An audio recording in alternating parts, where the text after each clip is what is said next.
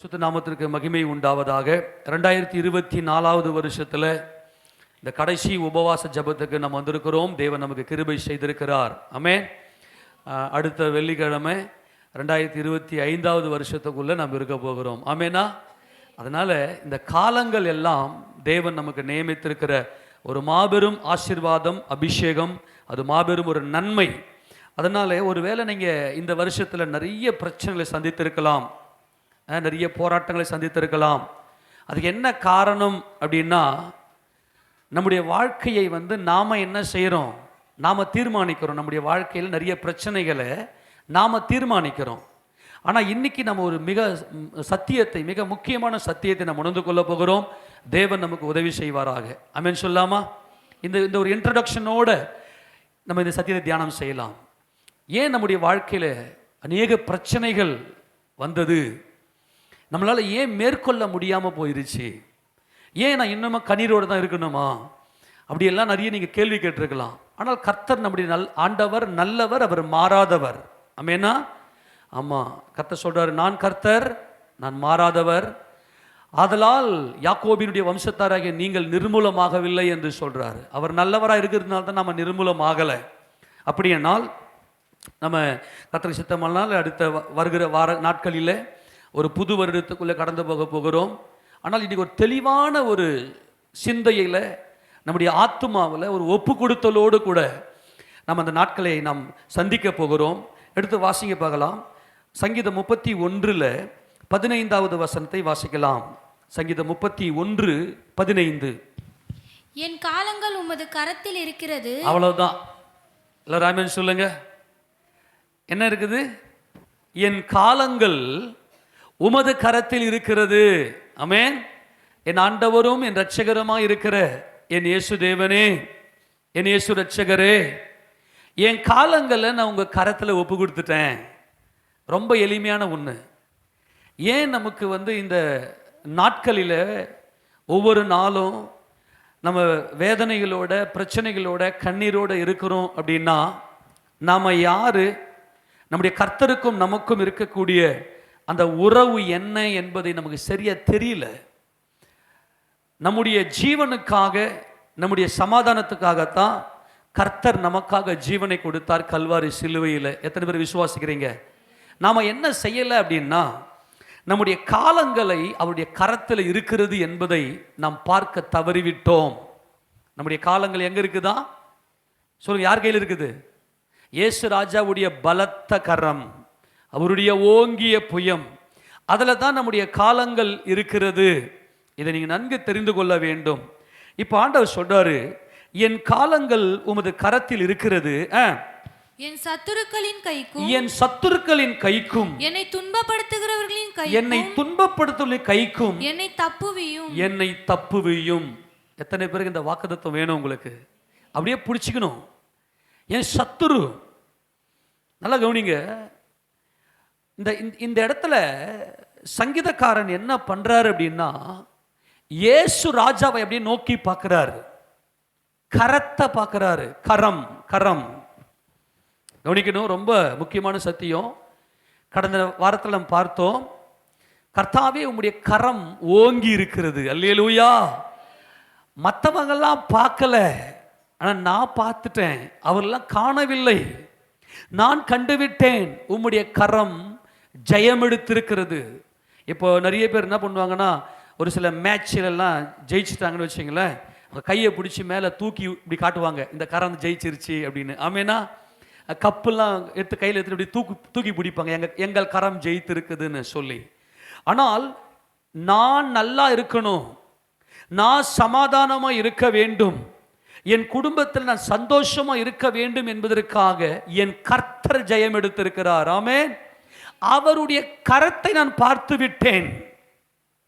எனக்கு தெரிஞ்சு போச்சு, என் காலங்கள் எல்லாம் அவர் கையில் இருக்கிறது. அவர் நித்தியர். ஆமெனா? அவர் நித்திய காலமாய் ஆளுகை செய்கிறவர். என் கர்த்தராகிய இயேசு ராஜனே, என் காலங்கள் உம்முடைய கரத்தில் இருக்கிறது. ஆக என்னை உங்க கையில் ஒப்பு கொடுத்துட்டேன். அதனால என்னை துன்பப்படுத்துகிற என் சத்துரு ஒருத்தர் இருக்கிறான்.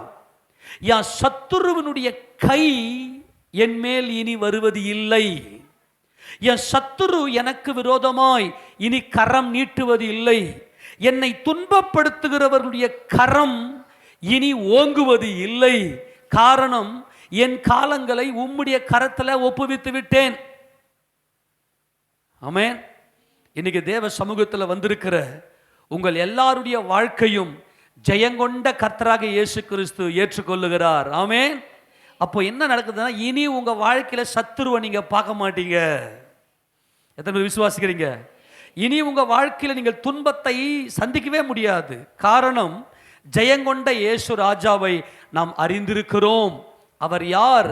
அவர் எப்பேற்பட்ட மகிமையின் கர்த்தர், அவர் எப்படிப்பட்ட மகிமையும் மகத்துவத்தையும் அவர் அணிந்து கொண்டிருக்கிறார் என்பதை நாம் அறிந்திருக்கிறோம். அவருடைய ஜெயமே யாருக்கானது அப்படின்னா எனக்கானது. ஆமென். தேவன் இயேசு ராஜாவுடைய ஜெயம் யாருக்கானது சொல்லுங்க. எப்படி சொல்றீங்க? கொஞ்சம் தியாலஜியோடு புரிஞ்சுக்கணும், நீங்க சத்தியத்தோடு புரிஞ்சுக்கணும். நீங்க இயேசு கிறிஸ்துனுடைய ஜெயம் எனக்கானது. எத்தனை பேர் விசுவாசிக்கிறீங்க? எப்படி விசுவாசிக்கிற? தேவனை கண்டவர் யார் மட்டுமே? ஆமென் சொல்லுங்க. நான் தேவனை பார்க்கல, ஆனால் எனக்காகத்தான் கிறிஸ்து இந்த பூமிக்கு வந்து ஜெயம் எடுத்திருக்கிறார். கர்த்தராகிய இயேசு கிறிஸ்துவின் நாமத்தில் நான் ஜெயம் எடுப்பேன். ஆக நல்ல உரிமை கொண்டாடணும், உரிமை எடுக்கணும். இயேசு கிறிஸ்து என் ஜீவன்க, அவ்வளவுதான். இயேசு கிறிஸ்து பெற்ற வெற்றி எனக்கானதுன்னு அந்த உரிமை எடுத்து, இவங்க தான் விசுவாசிங்க. அந்த உரிமை எடுத்துக்கிறீங்க பார்த்தீங்களா? ஏசப்பா உங்க வெற்றி எனக்கானது. அப்ப அந்த உரிமையை நாம எடுத்துக்கொள்றோம் அப்படின்னா என்ன அர்த்தம்? அப்படின்னா உன் வாழ்க்கையில ஒரு சத்துரு வரும்போது, உன் வாழ்க்கையில ஒரு துன்பம் வரும்போது அப்படியே அமைதியா போய், ஏசப்பா நீங்க எனக்கு என்ன செய்ய போறீங்க? இந்த சத்துருவை எப்படி ஜெயங்கொள்ள போறீங்க? என்னால ஜெயிக்க முடியாது, இந்த துன்பத்தை என்னால மேற்கொள்ள முடியாது. காரணம், என் காலங்கள் உம்முடைய கரத்தில் இருக்கிறது. எத்தனை பேர் இதை பயிற்சி எடுத்திருக்கிறீங்க? நான் சொல்றது நல்லா புரிஞ்சுக்கணும். நல்ல லைஃப் போய்கினே இருக்கும், திடீர்னு ஒரு சத்துரு குறுக்க வந்து நிற்கும். சத்துருன்னா யாரு? பிசாசு என்ன செய்வான்டா, மனுஷங்களை தூண்டி விடுவான். எதிர் வீட்டுக்காரன், பக்கத்து வீட்டுக்காரன். சில வேலைகளில் தான் எதிர் வீட்டுக்காரன், பக்கத்து வீட்டுக்காரன், வேலை செய்கிற இடத்துல, மற்ற இடங்கள்லாம் சில வேலைகள் தான். ஆனால் அநேக வேலைகளில் நம்ம வீட்டிலேயே சத்துருவை தூண்டி விட்டுருவான். ஆமேனா? யார் உன் சத்துரு? உன் வீட்டாரே உன் சத்துரு. நம்ம ஆட்களுக்கு இது தெரிய மாட்டேங்குது. நம்ம என்ன பண்ணுறதுனா போய் நின்று அப்படி பயங்கர சண்டை போட்டுன்னு இருப்போம். ஆனால் இங்கே இன்றைக்கு கர்த்தருடைய கரத்தில் உங்கள் வாழ்க்கையை நீங்கள் ஒப்பு கொடுத்தது உண்மையானால், எத்தனை புரிஞ்சு போச்சு? என் காலங்கள் உம்முடைய கரத்தில் இருக்கிறது. என் தேவனே என்னை முழுதுமாய் என்னை ஒப்பு கொடுத்து விட்டேன். அதனால இன்று முதல் இனி வரப்போகிற அந்த நாட்களில் நீங்கள் சத்துருவை பார்க்க மாட்டீர்கள். ஆமென். ஒருத்தர் உங்களுக்கு விரோதமாக எழும்ப மாட்டாங்க. உங்கள் குடும்பத்திலையும் சத்துருக்கள் எழும்ப மாட்டாங்க. தேவனாகிய கர்த்தர் நம்மோடு கூட இருக்கிறார். இனி எந்த துன்பமும் உங்களை சேதப்படுத்தாது. காரணம், இன்றைக்கு தேவ சமூகத்தில் வந்திருக்கிற உங்களுடைய வாழ்க்கையை கர்த்தர் ஏந்தி கொள்ளுகிறார். அல்லேலூயா. நல்லா கவனிக்கணும். அப்போ நாம் எல்லாருமே என்ன பண்ண போகிறோம் அப்படின்னா, தேவனுடைய பிள்ளைகளாய் தேவனுடைய சமூகத்துக்குள்ளே போக போகிறோம். உண்மையிலேயே என்னுடைய காலங்கள் ஏசப்பா கரத்தில் தான் இருக்குதா அப்படின்னு நீங்கள் கேட்கலாம். நல்லா கவனிக்கணும். இப்போ இயேசுராஜா என்ன செய்தார்னா, மரித்தார், அடக்கம் பண்ணப்பட்டார், 3வது நாளிலே உயிரோடு எழுந்து தம்முடைய சீஷர்களுக்கு காட்சி கொடுத்து தம்மை உயிருள்ளவராக அவர் வெளிப்படுத்தி காண்பித்தார். அவர் கடைசியாக அவர் என்ன செய்தார் அப்படின்னா, அவர் பரமேறுதலுக்கு நேராக போனார். பரமேறுதலுக்கு நேராக போகும்போது அந்த ஒலிவ மலையில் அவருடைய சீஷர் எல்லாம் வந்து கூடியிருக்கிறாங்க. ஏறக்குறைய 500 பேருக்கும் மேலான சீஷர்கள் அங்கே இருக்கிறாங்க. அப்படியே அவர் நடந்து போய்கொண்டே இருக்கிறார். அப்போ இயேசு ராஜாவை பார்த்து அவருடைய சீஷர்கள் எல்லாம் ஒரு கேள்வி ஒன்று கேட்குறாங்க. ஆண்டவரே, இக்காலத்தில் நீ ராஜ்யத்தை இஸ்ரவேலுக்கு ஒப்பு கொடுப்பீர் அப்படின்னு சொல்லி எடுத்து அந்த வசனத்தை வாசிக்கலாம். அப்போஸ்தலர் நடபடிகளின் புத்தகத்தில் 1ஆம் அதிகாரம் 6வது வசனத்தை வாசிக்கலாம். அப்போஸ்தலர் 1:6. அப்பொழுது கூடி வந்திருந்தவர்கள் அவரை நோக்கி, ஆண்டவரே, இக்காலத்திலா ராஜ்யத்தை இஸ்ரவேலுக்கு திரும்ப கொடுப்பீர் என்று கேட்டார்கள். கவனிங்க, அவங்க என்ன கேட்டாங்க? காலத்தை கேட்குறாங்க. காலம் நமக்கு ரொம்ப முக்கியம். நம்முடைய நாட்கள் ரொம்ப முக்கியமானது. கவனிங்க, மனுஷனுடைய வாழ்நாளில் அவன் அனுபவிக்கிறதெல்லாம் சஞ்சலமும் தவிப்பும் வேதனையும் தான் அனுபவிக்கிறான். அவன் வாழ்ந்த நாட்களில் பார்த்தீங்கன்னா அவன் மனதுக்கோ ஒரு நல்ல இன்பம் இல்லை. அவன் அனுபவித்தது எல்லாம் பார்த்தீங்கன்னா வருத்தம், சஞ்சலம், வேதனை, கண்ணீர், இதுதான். ஆனால் என்னைக்கு இயேசு ராஜா உயிரோடு எழுந்தாரோ ராஜ்யத்தை குறித்த சிந்தை வந்து விட்டது. அவருடைய சீஷர்களுக்கு தெளிவு பிறந்துருச்சு. ஆண்டவரே, எங்கள் காலங்கள் எல்லாம் ஒரு கதையை போல முடிந்து விட்டது. எங்கள் நாட்கள் எல்லாம் துன்பத்தையும் வருத்தத்தையும் நாங்கள் கண்டோம். ஆனால் இன்றைக்கு மகிமையை பார்த்திருக்கிறோம். என் கர்த்தர் நீர் ஜெயம் எடுத்திருக்கிறீர். என் இயேசு ராஜன் நீர் சகலத்தையும் ஜெயங்கொண்டு ராஜாதி ராஜாவாய் தேவகுமாரனாய் தேவாதி தேவனாய் என்றென்றைக்கும் ஆளுகை செய்ய போகிறீர். ஆக நீர் மகிமை அடைந்து விட்டீர், மரணத்தை ஜெயித்து விட்டீர், உம்முடைய கரம் ஓங்கி இருக்கிறது. அல்லேலூயா சொல்லுங்களேன். அதனால தான் இப்ப இயேசு ராஜா கிட்ட சீஷர்கள் கேட்கிறாங்க, இந்த காலத்திலேயா இஸ்ரவேலாகிய எங்களுக்கு ராஜ்யத்தை ஒப்பு கொடுப்பீர் அப்படின்னு கேட்டதும் அதுக்கு இயேசு ராஜா சொல்றாரு பாருங்க. அதற்கு அவர் பிதாவானவர் தம்முடைய ஆதீனத்திலே வைத்திருக்கிற காலங்களையும் வேலைகளையும் அறிகிறது உங்களுக்கு அடுத்ததல்ல. ஆமென் சொல்லுங்களேன். பிதாவாகிய தேவனுடைய ஆதீனத்துக்குள்ளே காலங்களும் வேலைகளும் இருக்கிறது. ஆமென். கவனி, ரொம்ப முக்கியமான சத்தியம். ஏன்னா தேவன் தான் சர்வ வல்லவர், எல்லாவற்றையும் சித்தம் கொண்டவர் தேவனே. என்னை குறித்த சித்தம் எல்லாம் தேவனுடைய கரத்தில் இருக்கிறது, தேவனிடத்தில் இருக்கிறது. அப்படியானால் அதனை அறியணும்னா எப்படி? இயேசு கிறிஸ்துவின் மூலமாய். இயேசு ராஜாவை தங்கள் சொந்த இரட்சகராக ஏற்றுக்கொண்டவர்களுக்கு உங்களுடைய நாட்கள், உங்களுடைய காரியங்கள் எல்லாம் எவ்வளவு நன்மையாக முடியும் என்பதையெல்லாம் நீங்க அறிஞ்சிக்குவீங்க. உங்களுக்கு தெரியும்.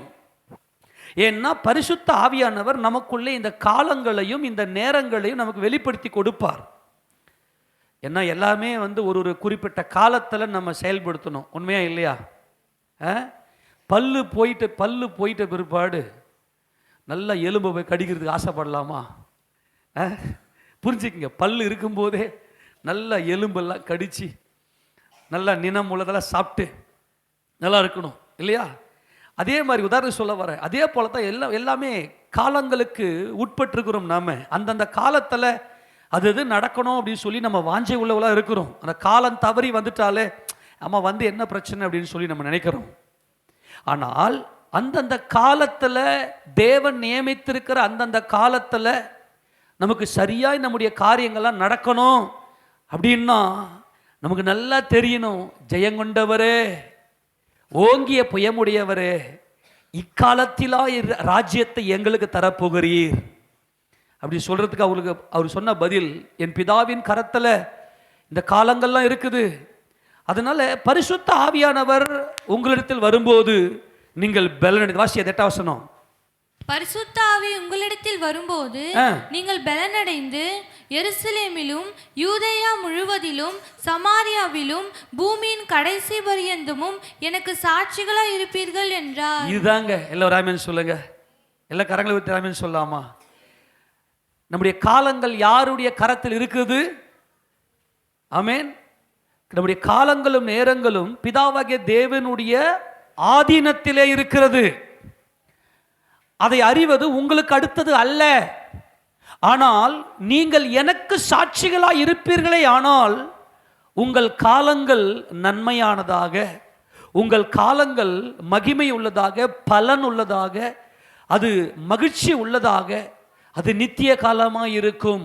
யாரெல்லாம் கர்த்தராகிய இயேசு கிறிஸ்து என் இரட்சகர் என்று சொல்லி அவருக்கு சாட்சி உள்ள ஒரு வாழ்க்கை வாழ்கிறீர்களோ, ஆமேனா, நம்முடைய குடும்பத்தில் ஒரு சாட்சி, நம்முடைய சபையில் ஒரு சாட்சி, நம்முடைய வேலை ஸ்தலத்தில் ஒரு சாட்சி, அல்லது உலகத்தில் இருக்கிற ஜனங்களிடத்தில் சாட்சி.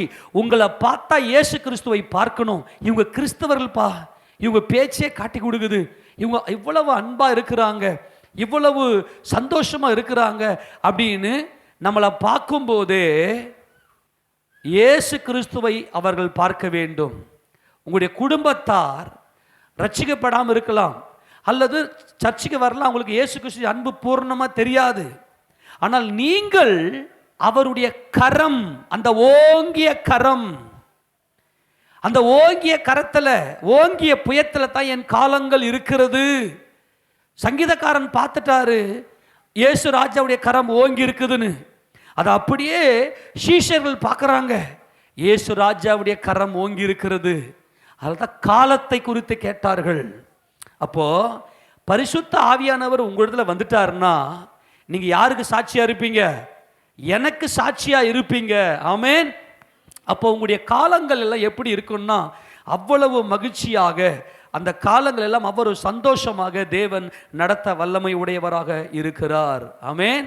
எப்பொழுதுமே ஒன்று நல்லா புரிந்து கொள்ளுங்க. இந்த இடத்துல ஆண்டவர் நமக்கு சொல்லி காட்டும்போது, எனக்கு நீ சாட்சியா இருந்தனாவே போதும், உன் காலங்கள் எல்லாம் அவ்வளவு மகிமையுள்ளதாக மாறும் என்று சொல்லுகிறார். மறுபடியும் 77ஆம் சங்கீதத்தில் 10வது வசனத்தை நாம் வாசிக்கலாம். 77ஆம் சங்கீதம் 10வது வசனம். அப்பொழுது நான், இது என் பலவீனம், இது என் பலவீனம், ஆனாலும் உன்னதமானவருடைய வலது கரத்தில் உள்ள வருஷங்களை, உன்னதமானவருடைய வலது கரத்தில் உள்ள வருஷங்களை நினைவு கூறுவேன். ஆமென். சொல்லுங்க பார்க்கலாம். காலங்கள் எங்க இருக்குது? சொல்லுங்க, எங்க இருக்குதுமா? நல்லா இன்னைக்கு ஒப்பு கொடுக்கலாமா? இன்னைக்கு நல்லா கவனி, இன்னைக்கு ஒப்பு கொடுக்க போறோம் நம்ம. இன்னைக்கு உன்னதமானவருடைய வலது கரத்தில் உள்ள என் காலங்களை நான் என்ன செய்ய போறேன்? நினைவு கூறுவேன். நினைங்க, சிந்தனைக்குள்ள கொண்டு வாங்க. என் காலங்கள் என் கர்த்தருடைய வலதுகரம். அந்த வலதுகரம் என்பது ஜெயமெடுத்த கரம், ஜெயங்கொண்ட கரம், சிலுவையில் யாவையும் ஜெயித்த கரம். எத்தனை பேர் நினைவு கூறலாம்? நான் தனியால் அல்ல, என் வாழ்க்கை என் கர்த்தருடைய கரத்தில் இருக்கிறது. அன்பானவர்களே, உங்க குடும்பத்தில் ஏதோ ஒரு பிரச்சனை நடக்கலாம், திடீர்னு சத்துருக்கள் எழும்பலாம், திடீர்னு துன்பம் உங்களை சூழ்ந்து கொள்ளலாம். அப்படியே உட்கார்ந்து நினைவு கூறுங்க, ஏசப்பா, என் சமாதானத்துக்காகத்தானே நீங்க ஜெயங்கொண்டீங்க, எனக்காக யாவையும் செய்து முடித்தீங்களே. அந்த வசனங்களை எல்லாம் உங்கள் சிந்தனையில் கொண்டு வாங்க. எனக்காகத்தானே சிலுவையில் யாவையும் செய்து முடிச்சிட்டீங்க. அந்த நினைவு கூறுதல் உங்களுக்குள்ள வந்துருச்சுனாவே அந்த சத்துரு கண்ணுக்கு முன்னாடி இல்லாமல் போயிடுமா, அந்த துன்பங்கள் ஒன்றும் இல்லாமல் மறைஞ்சி போயிடும். சொல்லுவாங்க இல்லையா, மழை போல பிரச்சனை வந்தாலும் நீ நினைவு கூறுவ பார்த்தியா, நீ நினைவு கூறுவ பார்த்தியா, ஏசப்பா உங்க கரத்தில் நான் இருக்கிறேன். அப்படியே மைண்டில் வா, அப்படியே அப்படியே காமா ஆயிடுங்க, அப்படியே கூல் ஆயிடுங்க. எவ்வளவு பிரச்சனை பதறாதீங்க. விசுவாசிக்கிறவன் பதறான். அப்படியே அமைதியா போயிட்டு அப்படியே நினைவு கூறுங்க. அப்படியே வாக்குத்தத்தங்கள் எல்லாம் நினைவு கூறுங்க. ஆண்டவரே, நீர் என்னோடு இதெல்லாம் செய்வேன்னு சொல்லி என்னோடு நீங்க பேசுனீங்களே ஆண்டவரே, இந்த வாக்குத்தத்தங்கள் எல்லாம் என் வாழ்க்கையில நிறைவேறட்டும் ஆண்டவரே அப்படின்னு சொல்லி அந்த வார்த்தைகள் எல்லாம் நினைவு கூறுங்க. உன்னதமானவருடைய வலது கரத்துள்ள வருஷங்களை நினைவு கூறுவேன். அப்புறம் கர்த்தருடைய செயல்களை நினைவு கூறுவேன். எதை நினைவு கூறுவேன்? எதை நினைவு கூறுவேன்? கர்த்தருடைய செயல்கள். கவனிக்கிறீங்களா? இவ்வளவு காலம் நம்ம என்ன தவறு செய்தோம் அப்படின்னா, ஆண்டவர் நமக்கு செய்த நன்மைகளை நினைவு கூறுறது இல்லை, அவர் எனக்கு செய்த நன்மைகளை நினைவு கூறுறது இல்லை. அதனால தான் ஒரு சின்ன பிரச்சனை வந்தா கூட நம்முடைய மனம் அப்படியே பதறுது. ஆண்டவரே, நான் தனிமையாக இருந்தபோது, ஆண்டவரே நான் துன்பத்தின் பாதையில் இருந்தபோது நான் உங்களை அறியலை, ஆனால் நீங்கள் என்னை தேடி வந்து எனக்கு உங்களை வெளிப்படுத்தி நீங்கள் எனக்கு செய்த நன்மைகள் எவ்வளவு ஆண்டவரே. அப்பேற்பட்ட பயங்கரமான சூழ்நிலையிலையும் என்னை தூக்கின்னு வந்தீங்க. அந்த பிரச்சனையெல்லாம் விளக்கி என்னை நீங்கள் மகிமையான நிலைநிறுத்திருக்கிறீங்க. என் முகத்தை வெட்கத்துக்கு உட்படுத்தாம என் தலையை உயர்த்தி வச்சிருக்கிறீங்க. இந்த துன்பங்களும் என்னை விட்டு விலகிவிடும். ஆமென். கவனிக்கிறீங்களா? உங்க மனசுல கர்த்தர் செய்த அந்த செயல்களை நீங்க நினைவு கூர்ந்தீங்கன்னாவே அந்த பிரச்சனை மாறிடும். நான் மறுபடியும் சொல்றேன், நீங்க கடந்து வந்த பாதையை அப்படியே உங்க சிந்தனையில் வைங்க. கர்த்தர் உங்க வாழ்க்கையில இடைபெற்றிருக்கிறார், உங்களை நேசித்திருக்கிறார், உங்களுக்கு சமாதானத்தை கொடுக்கும்படியாய் கர்த்தர் உங்களை தேடி வந்து அந்த சூழ்நிலையை மாற்றி இருக்கிறார். எத்தனை பேர் விசுவாசிக்கிறீங்க? இதை கையை உயர்த்தாமன்னு சொல்லுங்க. நான் இப்போ சொல்றேன், கவனிங்க. இன்னைக்கு இருக்கிற இந்த பிரச்சனை, போராட்டம், ஆண்டவரே வரப்போகிற நாட்களில் இது மறுபடியும் வந்துருமா, மறுபடியும் அதே காரியங்களுக்கு வருமா, அந்த பிரச்சனை வருமானு சொல்லி நீங்கள் சோர்ந்தெல்லாம் போகாதீங்க. ஒரே ஒரு காரியம், என் கர்த்தர் எனக்கு செய்த செயல்களை நான் நினைவு கூறுவேன். மறுபடியும் சொல்றாரு பாருங்க, அந்த 11ஆம் வசனத்தை வாசிங்க. கர்த்தருடைய செயல்களை நினைவு கூறுவேன், உம்முடைய பூர்வ காலத்து அதிசயங்களையே நினைவு கூறுவேன். உம்முடைய பூர்வ காலத்து அதிசயங்களை நினைவு கூறுவேன். நல்லா கவனிங்க, உம்முடைய பூர்வ காலத்து அதிசயங்களை. இப்ப அதிசயம்னா என்னதுங்க? அதிசயம்னா என்ன? நினைச்சே பார்க்க முடியாது. இதெல்லாம் நடக்குமா? இதெல்லாம் நடக்குமா? என் காலங்கள் கர்த்தருடைய கையில் இருக்கிறது அப்படின்னா என்ன? அவர் செய்த அதிசயங்களை உட்கார்ந்து நினைவு கூறுங்க. அப்படியே ஜெபத்துக்கு போங்க. அப்படியே உட்கார்ந்து நீங்கள் எப்பொழுதெல்லாம் நீங்கள் சோதனையில் அல்லது பிரச்சனையில், துன்பத்தின் பாதையில், சத்துருக்களுடைய நெருக்கத்தில் இருக்கிறீங்களோ, இந்த ஒரு காரியத்தை மட்டும் நீங்கள் கற்றுக்குங்க. கவனிக்கிறீங்களா? ஒரு ராமன் சொல்லாமா? அப்படியே நீங்கள் நேராக போயிட்டு அப்படியே சம்மந்த உட்காந்துக்குன்னு வேற ஒன்றுமே பண்ணாதீங்க. உங்கள் வாழ்க்கையில் அவர் செய்த அதிசயங்களை அப்படியே நினைங்க. என்னுடைய காலங்கள் உங்கள் கரத்தில் நீங்கள் எடுத்துக்கிட்டீங்க ஆண்டவரை.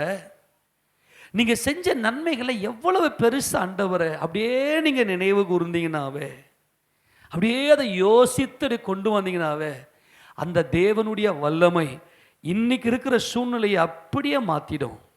அப்படியே வேதத்தை எடுத்து நீங்கள் கம்பேர் பண்ணிக்கங்க. ஆண்டவரே, முன்னாடி செங்கடல், பின்னாடி பார்வோனுடைய சேனைகள், அதே போல நெருக்கத்தில் நான் பயங்கரமாய் நெருக்கப்பட்டு இருந்தேன்.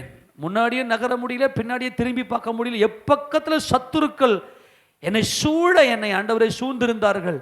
அந்த நேரத்தில் அந்த செங்கடலை பிளந்து உமது ஜனங்களை நீர் வழிநடத்தி கொண்டு வந்து என்னை பின்தொடர்ந்து வந்த அந்த பார்வோனுடைய சேனைகளை செங்கடலை மூழ்கெடுத்து இல்லாமல் செய்ததை போல எனக்கு முன்னாடி இருந்த அந்த பிரச்சனையை நீங்கள் இல்லாமல் செய்து ஒரு வழியை உண்டாக்கி என்னை பின்தொடர்ந்து வந்த அந்த பழைய அந்தகாரங்கள், அந்த சத்துருக்களை எல்லாம் நீங்கள் காணாமல் போன செய்தீங்களேன்னு சொல்லி உங்கள் மனசு அப்படியே கலிகூரம் பாருங்க. அவர் செய்த அதிசயங்கள் வேதத்தில் நம்முடைய வாழ்க்கை இருக்கிறது. ஆமே, நம்முடைய வாழ்க்கை வேதத்தில் பாருங்க.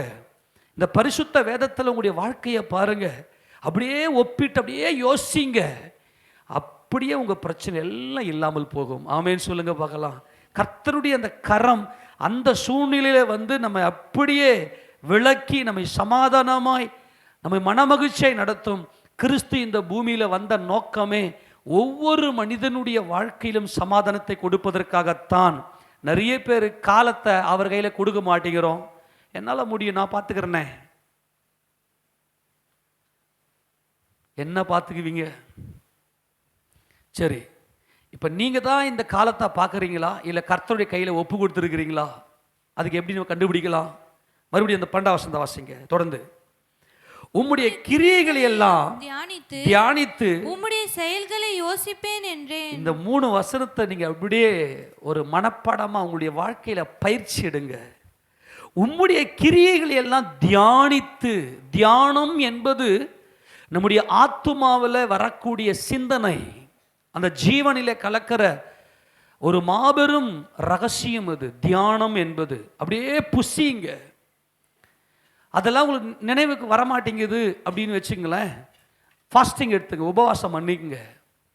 இதாங்க ரகசியம். பரிசுத்தவான்களுடைய ரகசியம் என்ன தெரியுமா? நம்ம அந்த நம்முடைய மனம் எப்பொழுதுமே பதறக்கூடாது. அதுதான் கிறிஸ்தவம். ஆமேனா? நம்ம கவனிக்கிறீங்களா? இல்லை கவனிக்கிறீங்களா? நம்முடைய மனம் என்ன ஆகக்கூடாது? பதறக்கூடாது. பதறுது அப்படின்னா பயம். அது தேவனையும் நம்மையும் விட்டு பிரித்த ஒரு மாபெரும் கொடுமை எதுன்னா பயம். மனுஷனுக்குள்ள ஏதேனில் பயம் வந்துருச்சு. பதறவே கூடாது. நீ பதற அப்படின்னா உன் விசுவாசத்தில் எங்கேயோ கோளாறு இருக்கு. மனசுக்குள்ள பதட்டம் வரக்கூடாது. நான் தேவனுடைய பிள்ளை. ஆமேன். என் தேவன் எனக்காக தம்முடைய குமாரனை அனுப்பி சகலத்தை செய்து முடித்திருக்கிறார். நான் எதுக்கு பதறணும்? நான் எங்க அப்பாவுடைய பிள்ளை. எங்க அப்பா யாரு? சர்வ வல்லவர். சரி, நம்ம பலவீனத்தில் இப்போ பதற்றம் வந்துருச்சு, பதறோம். இப்போ மனசுக்குள்ள பதற்றம் வருது, என்ன செய்யலாம்? ஒன்றுமே பண்ணாதீங்க, அப்படியே சுதாரித்து கொள்ளுங்கள். பரிசுத்த ஆவியானுடைய பலத்தில் அப்படியே நீங்கள் என்ன பண்ண, அந்த சூழ்நிலை அப்படியே அப்படியே ஒடுக்கி அப்படியே தேவ சமூகத்துக்கு உங்களை தனியாக வேறு பிரிச்சு தனியாக போய் உட்காருங்க. அப்படியே உட்காந்து 12ஆம் வசனம், உம்முடைய கிரியைகளெல்லாம் தியானித்து, உம்முடைய கிரியைகளெல்லாம் தியானித்து, நீங்கள் எப்படியெல்லாம் நீங்கள் கிரியை செய்கிற தேவன், உம்முடைய பரிசுத்தவான்களுக்கு எங்கள் பிதாக்களுக்கு நெருக்கப்படுகிற நேரத்தில், சத்துருக்கள் சூழ்ந்து கொண்ட நேரத்தில், துன்பங்கள் பயமுறுத்தின நேரத்திலெல்லாம் நீர் எப்படியெல்லாம் அவர்களை விடுவித்திருக்கிறீர். ஆபிரகாமை எப்படியெல்லாம் நீர் விடுவித்தீர், ஈசாக்குக்கு எப்படியெல்லாம் நீர் கூட இருந்தீர், யாக்கோபோடு கூட எப்படியெல்லாம் நீர் சஞ்சாரம் செய்தீர், யாக்கோபுக்கு எப்படிப்பட்ட ஒரு விடுதலையை நம்பிக்கை கொடுத்தீர். அப்படியே உட்கார்ந்து அவருக்கு நல்ல ஸ்தோத்திரம் செலுத்துங்க. உங்களுடைய காலங்கள் அவருடைய கைக்கு போயிடும். நம்முடைய காலத்தை நாம கையில் வச்சிருக்கிற வரைக்கும் நமக்கு துன்பமும் சத்துருவும் இருப்பான். இது வரைக்கும் எத்தனை பேருக்கு புரிஞ்சு சொல்றது? ஆமென். அப்போ உன்னுடைய காலங்கள் அவர் கையில் நீ ஒப்பு கொடுத்தது உண்மை அப்படின்னா என்ன அர்த்தம்? எப்படி நம்ம கண்டுபிடிச்சிக்கலாம்? உங்களுடைய காலங்களை ஏசப்பா கையில் நீங்க கொடுத்துட்டீங்க அப்படின்னா நம்ம எதை வச்சு நம்ம கண்டுபிடிக்கலாம் அப்படின்னா, அவருடைய கிரியைகளை எல்லாம் தியானித்து, இயேசு ராஜாவுடைய கையில் உங்கள் காலங்களை நீங்கள் ஒப்பு கொடுத்திருக்கிறீர்கள் என்பதை நாம் எப்படி அறிந்து கொள்ளலாம் என்றால், அப்படியே வேதத்தை தியானித்து, உனக்கு இருக்கிற அந்த சூழ்நிலையில் அப்படியே பைபிளில் தேவன் எப்படிப்பட்ட இந்த சூழ்நிலையில் எப்படி தேவன் விடுதலை கொடுத்தார் அப்படின்ற அந்த சிந்தனை அப்படியே உன் மைண்டுக்குள்ளே வரும் பாருங்க.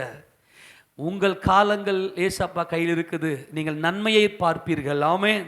உங்களுடைய கண்கள் பலனை பார்க்கும். அப்படியே உட்காந்து தியானிக்கணும். நீங்கள் பேசவே கூடாது, நீங்கள் யுத்தம் பண்ணவே கூடாது. அப்படியே அப்படி செயல்கள் எல்லாம் யோசிக்கணும். ஆண்டவரே நீர் எவ்வளவு நல்லவர். இவங்க தான் கர்த்தருடைய கரத்தில் தங்களுடைய காலங்களை ஒப்பு கொடுத்தவர்கள். ஆமென். எல்லாரும் ஆமென் சொல்லாமா? நான் மறுபடியும் சொல்கிறேன், உங்களுடைய காலங்களை முழுசாக நீங்கள் ஒப்பு கொடுத்தது உண்மையானால் அவரை தியானியுங்கள், அவருடைய செயல்களை தியானியுங்கள், அவருடைய கிரியைகளை தியானியுங்கள், வேதத்தை நல்லா வாசிங்க. அவங்களுக்கு தான் அவருடைய பலத்த கரம் புரியும், ஓங்கிய அந்த புயம் புரியும். தம்முடைய பரிசுத்தவான்களுடைய அந்த ஒரு துன்பத்தை அவர் காணாதவர், தம்முடைய ஊழியக்காரர்களின் சுகத்தை விரும்புகிறவர். யார் அவருடைய ஊழியக்காரர்கள்? அவருடைய கிரியைகளை தியானிக்கிறவர்கள். தம்முடைய ஊழியக்காரருடைய சுகத்தை விரும்புகிறவர் அவர். அப்போ என் காலங்கள் அவருடைய கையில் இருக்குது அப்படின்னு சொல்லி அவருடைய கரத்தில் ஒப்பு கொடுத்தவர் என்ன செய்வார்கள்னா, எந்த சத்துரு வந்தாலும் எப்படிப்பட்ட துன்பம் வந்தாலும் அவருடைய அதிசயமான கிரியைகளை என்ன செய்வாங்க? தியானிப்பாங்க. இன்னைக்கு இந்த அனுபவத்துக்குள்ள நீங்க வருவீங்கன்னா, இதுவரைக்கும் நீங்க கண்ட அந்த துன்பத்துக்கான இரட்டிப்பான சந்தோஷத்தை கர்த்தர் உங்களுக்கு கொடுக்க வல்லமை உடையவர். ஆமென் சொல்லுங்க. வாசிங்க பார்க்கலாம். 90ஆம் சங்கீதத்தில் அங்கே கர்த்தர் சொல்றாரு, 15ஆம் வசனத்தை வாசிங்க பார்க்கலாம். 90:15. தேவரீ எங்களை சிறுமைப்படுத்தின நாட்களுக்கும் நாங்கள் துன்பத்தை கண்ட வருஷங்களுக்கும் சரியாய் எங்களை மகிழ்ச்சி. ஆண்டவரே சண்டை போடுற இப்ப ஆண்டு அப்பா கிட்ட சண்டை போடுறோம். அப்பா நாங்க சிறுமைப்பட்டுகிற ஆண்டவரே, இந்த வருஷத்துல எவ்வளவு கண்ணீர் ஆண்டவரே, ஆனா இன்னைக்கு எங்க காலத்தை உங்க கையில கொடுத்துட்டோம். ஆமென் சொல்லுங்களேன். நாங்கள் துன்பத்தை கண்ட வருஷங்களுக்கும் சரியாய் நம்ம ஆண்டவர் தராசில் வச்சு பார்க்குறவரு. ஆமேனா? அப்படியே எடைக்கு எடை போட்டு வச்சு, நான் எவ்வளோ கண்ணீர் விட்டேன் ஆண்டவரே, நான் எவ்வளோ கண்ணீர் வெடித்தேன், என் மனசு எவ்வளோ உடைஞ்சது, அதெல்லாம் பேலன்ஸ் பண்ணுங்க, எங்களுக்கு கொடுங்க. ஏன்? எங்கள் காலத்தை உங்களுடைய கரத்தில் கொடுத்துட்டோம். ஆமென் சொல்லுங்களேன். நிச்சயமாய் கர்த்தர் சொல்றாரு, நீங்கள் எவ்வளவு துன்பத்தை கண்டீர்களோ அதற்கு சமமாய், அதை விட அதிகமாய் உங்களை மகிழ்ச்சியாக்குகிற தேவன் அவர். அல்லேலூயா சொல்லுவோமே. அப்போ துன்பத்தை கண்ட வருஷம் அப்படின்னு என்ன அர்த்தம்? எனக்கு ஒரு 1 லட்சம் ரூபாய் லாஸ் ஆயிடுச்சு ஆண்டவரே. நம்முடைய பார்வைக்கு 1 லட்சம் எவ்வளோ பெருசு இல்லையா? ஆனால் அவருடைய பார்வைக்கு அற்பமானது. உங்களை பல லட்சங்களை கொடுத்ததா மகிழ்ச்சி ஆகும். ஆமேனா? 1,00,000 போச்சு, 1,00,000 தான் வந்துச்சு அப்படின்னா சப்புன்னு இருக்கும். அது மகிழ்ச்சியா? உதாரணத்துக்கு சொல்கிறேன், பணத்தை காட்டல, நான் உதாரணத்துக்கு சொல்கிறேன். ஆண்டவரே எவ்வளவு வட்டி பணம் ஆண்டவரே, என் ரத்தமெல்லாம் வேறவே சம்பாதிச்சேன், எவ்வளவோ போச்சு, எவ்வளவோ துன்பம் சம்பாதிச்சு வீட்டுக்கு எடுத்துன்னு வரோம், ஆனால் ஒன்றும் இல்லாமல் அப்படியே புஷ்ஷுன்னு பறந்து போயிருச்சு. எவ்வளவு துன்பம், மனசுக்கு எவ்வளோ வலி இருக்கும், எவ்வளோ நம்பிக்கை. நம்ம அதாவது வந்து ஆண்டவர் சொல்லுவார், ஒருத்தன் உழைக்கிறான், அவன் கூலியை வந்து சூரியன் அஸ்தமிக்கிறதுக்குள்ளே வச்சிருக்காத, அவன் மனசு அதுதானடா, அவன் உழைப்பில் தானே இருக்கும். நம்மளும் எவ்வளவோ உழைச்சி கஷ்டப்பட்டு மாதத்தில் கடைசியில் சம்பளம் நமக்கு வரும், இந்த சம்பளத்தை கொண்டு இதெல்லாம் பண்ணலான்னு திட்டம் போட்டு வச்சுருப்பானா புஷ்ஷுன்னு பறந்து எவ்வளோ மனசு வலிக்கும். அப்போ ஆண்டவர் நம்மளை மகிழ்ச்சி ஆக்கணும்னா ஏதோ 1,00,000 வட்டி மட்டுமே கொடுத்து போயிருச்சு அப்படின்னு வச்சுங்களேன். வட்டி மட்டுமே 1,00,000, அந்த 1,00,000 மறுபடியும் திருப்பி நமக்கு தராருன்னு வச்சுங்களேன். போன 1,00,000 வந்துச்சு, அவ்வளோதானே இருக்க, மகிழ்ச்சி இருக்காது. ஆனால் வேதம் நமக்கு சொல்லுகிறது, நம்முடைய தேவன் எப்படிப்பட்டவர் என்றால், நம்முடைய காலத்தில் நம்ம கண்ட துன்பங்களுக்கு சரியாய் நம்மை மகிழ்ச்சியாக்குகிறாராம். அப்போ ஒரு 5,00,000 வந்துச்சுன்னா, நான் ரொம்ப 50,00,000 சொல்லலை, உதாரணத்துக்கு சொல்கிறேன், ஒரு 5,00,000 வந்துச்சுன்னா பயங்கரமாய் கலிகூறும் மனசுக்குள்ள. அதை அப்படி கொடுக்கிற தேவன் தான் நம்முடைய தேவன். ஆமென். அப்படியானால் என்னுடைய காலங்களை நான் அவர் கையில் ஒப்பு கொடுத்துருக்கணும். ஆமென் சொல்லுங்க. புரிஞ்சு போயிச்சா? இப்போ நான் முடிக்க போகிறேன்.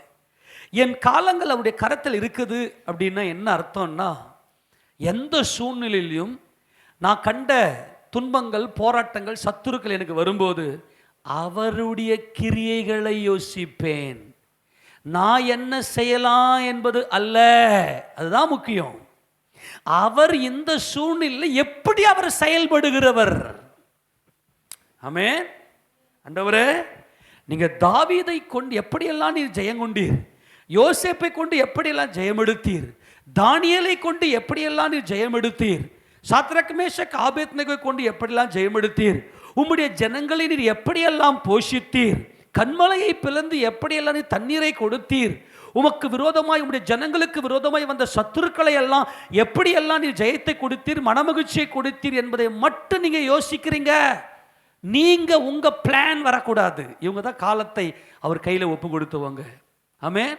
முந்தினவைகளை நினைக்க வேண்டாம், பூர்வமானவைகளை, அதுதான் நீ போட்ட பிளான் எல்லாம் விட்டு என்னோட என் கர்த்தருடைய செயல் எப்படிப்பட்டது, அவர் எப்படியெல்லாம் செயல்படுகிறவர், அதை உட்காந்து நீ யோசிச்சுனாவே நீ எவ்வளவு துன்பப்பட்டையோ, நீ எவ்வளவு வேதனை அனுபவிச்சியோ அதுக்கு சரியான சந்தோஷத்தை கர்த்தர் கொடுப்பார். உங்கள் கண்கள் பார்க்க இதை நீங்கள் அனுபவிப்பீர்கள். ஆமென். ஆமென் சொல்லாமா? அதுக்கு தான் தேவன் நம்மை கொண்டு வந்திருக்கிறார். ஆண்டவரே, நான் இவ்வளவு இழந்துட்டேனே, இதெல்லாம் கிடைக்குமா, இதெல்லாம் என் கண்ணு பார்க்குமா, நம்பிக்கையே போயிட்டு இருக்கோம். ஆனால் இப்போ ஏசப்பா சொல்கிறாரு என்ன தெரியுமா, உன் காலத்தை என் கையில் கொடுத்துட்டல, உன்னால் முடியும்னு நினச்சி நீ போயிருந்த, நீ திட்டம் போட்ட, அதனால் இழந்த, அதனால் நீ வந்து அவமானத்தை சந்திச்ச, துன்பத்தை அனுபவிச்ச, வேதனை அனுபவிச்ச, அதுக்கெல்லாம் ஒரு காலம் உண்டு. ஆனால் அதே சமயம் உன்னை மகிழ்ச்சியாக்க ஒரு காலம் உண்டு, உன்னை சந்தோஷப்படுத்த ஒரு காலம் உண்டு, உன் தலையை நிமிர்த்த ஒரு காலம் உண்டு. அந்த காலத்தை தான் நீ இனிமேல் பார்க்க போற. ஆமேனா? வாசித்து நம்ம முடிக்க போகிறோம். நல்ல கவுனி. நீ துன்பத்தை கண்ட, கண்ணீரை கண்ட, வேதனையை கண்ட, வறுமையை கண்ட, தோல்வியை கண்ட, வியாதியை கண்ட, இதெல்லாம் காரணம் என்னன்னா, காலங்களை நீ உன் காலத்தை நீ நடத்தின. ஆனால் இன்றைக்கு கர்த்தருடைய கரத்தில் காலத்தை கொடுத்திருக்கிற உன் வாழ்க்கையில் எல்லாவற்றுக்கும் ஒரு காலம் உண்டு. எடுத்து வாசிங்க பார்க்கலாம். பிரசங்கியின் புத்தகம் 3வது அதிகாரத்தில் கர்த்தர் சொல்றார், நம்பிக்கையோடு இருங்க, கர்த்தர் இந்த காலங்களை எல்லாம் உனக்கு கொடுப்பார்.